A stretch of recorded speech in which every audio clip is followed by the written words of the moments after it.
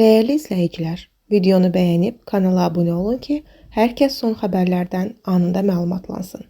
Xəbər verdiyimiz kimi, Bakı şəhəri Yasamal rayonunun Mirəli Seyidov küçəsində yerləşən çoxmərtəbəli binada baş verən yanğın zamanı həyatını itirənlərdən biri də Bakı Milli Geyim Evinin rəhbəri Könül Vəlibəyli olub. Xəbər verilir ki, müğənni Xuraman Şuşalı mərhumla yaxın dostluq etdiklərini bildirib. O, sosial şəbəkədə Könül Vəlibəylinin görüntüsünü paylaşaraq onu illərdir milli geyimlərimizin hazırlanmasında ən güvəndiyi şəxs olduğunu vurğulayıb. Xuraman Şuşalı paylaşımında Könül Vəlibəylinin Azərbaycan milli geyimlərinin dünyaya tanınan sənətkar olduğunu qeyd edərək ölüm xəbərinin özünə çox ağır gəldiyini deyib.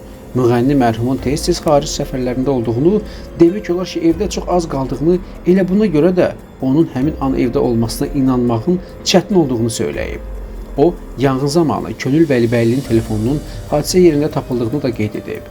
Xuraman Şuşalı dostunu çox zəhmətkeş, daim çalışan və yaxşı insan kimi xatırladığını bildirib. Hər zaman tələsik idi, sanki ölümə də tələsdi, əcəl apardı. O, ən gözəl milli geyimlərimi həmişə o hazırlayırdı, deyə sənətçi sözlərini əlavə edib.